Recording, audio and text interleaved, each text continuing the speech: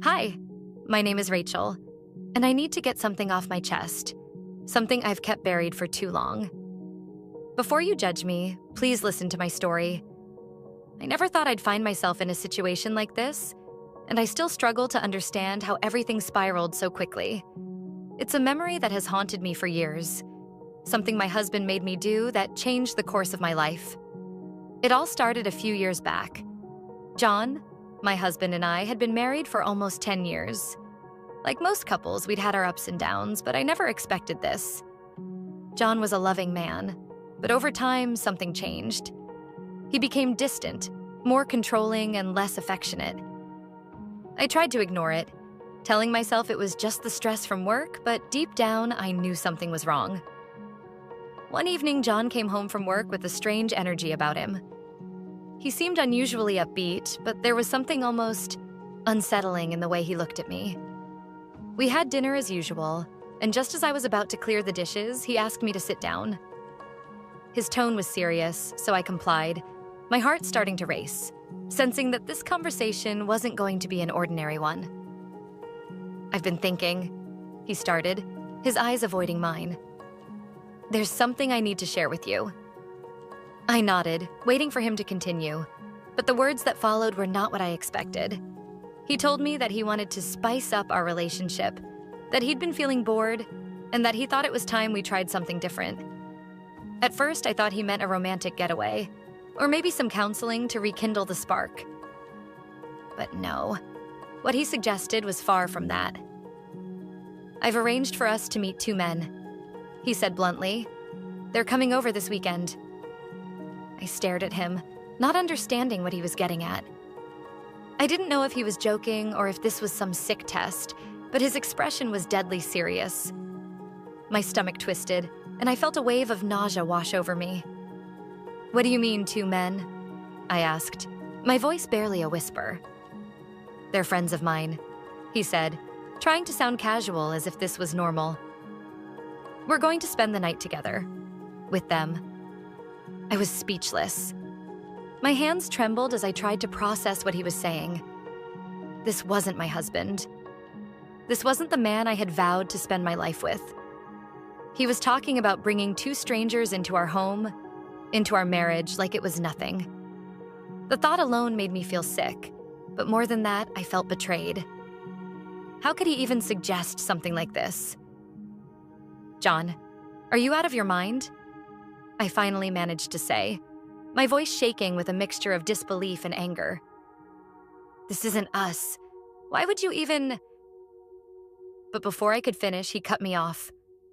"Rachel, this is happening," he said, his tone sharp.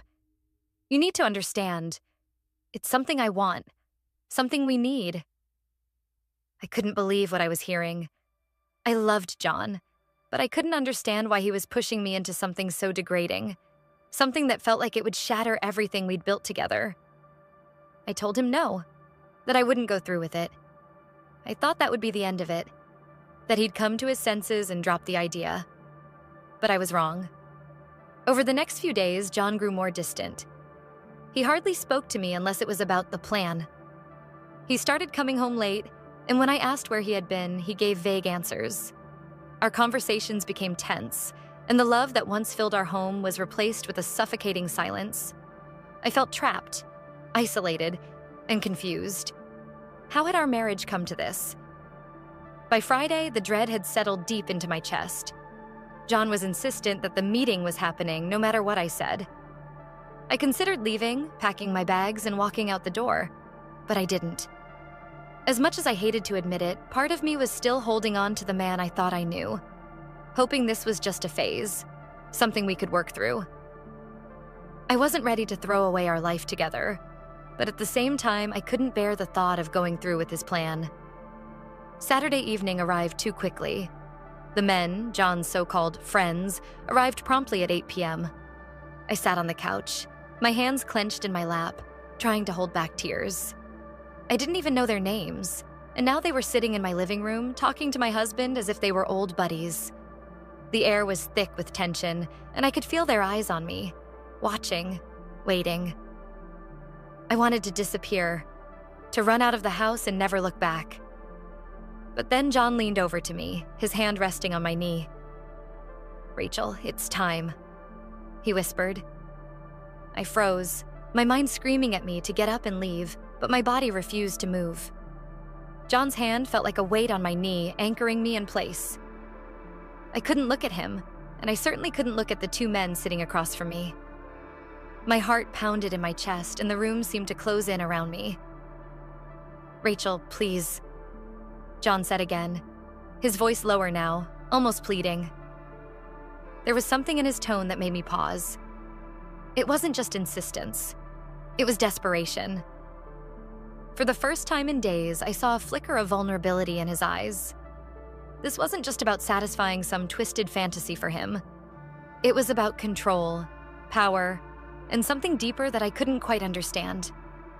But that didn't make it right. None of this felt right. "I can't do this, John," I finally whispered, my voice cracking. "This isn't who we are." He sighed heavily and sat back, rubbing his temples in frustration.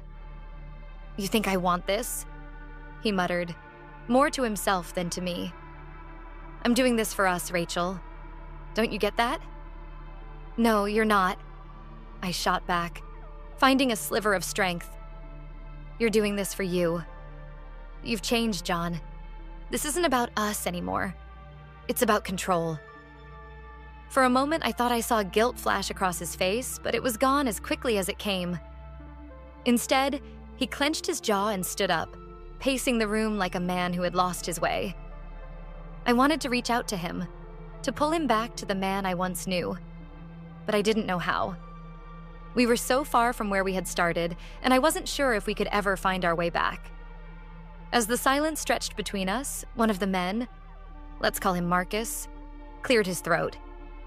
He seemed to sense the tension, but there was an air of impatience about him. "Look," he said, his voice calm but firm. "If this isn't happening, we should probably leave." I glanced up at him, and for the first time, I really looked at him. He wasn't what I expected. He was calm, respectful even, and his demeanor seemed more sympathetic than I had imagined. I had built up this idea in my head that these men were predators, but they weren't. They were just people. And somehow, that made the whole situation even more confusing. I didn't want to stay. I didn't want to be part of whatever this was becoming. But the weight of everything, the years with John, the love we once shared, the hope that maybe somehow things could go back to normal, kept me sitting there. I didn't know what to do. I felt trapped, suffocated by my own indecision. Then John spoke, his voice quiet but resolute. "Rachel, if you leave, we're done." The words hit me like a punch to the gut.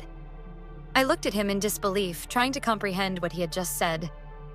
He had drawn a line in the sand, and I had to choose which side I was going to stand on. I felt tears welling up in my eyes, but I blinked them back, refusing to let him see me break. "I've given you everything," he continued, his voice steady but cold.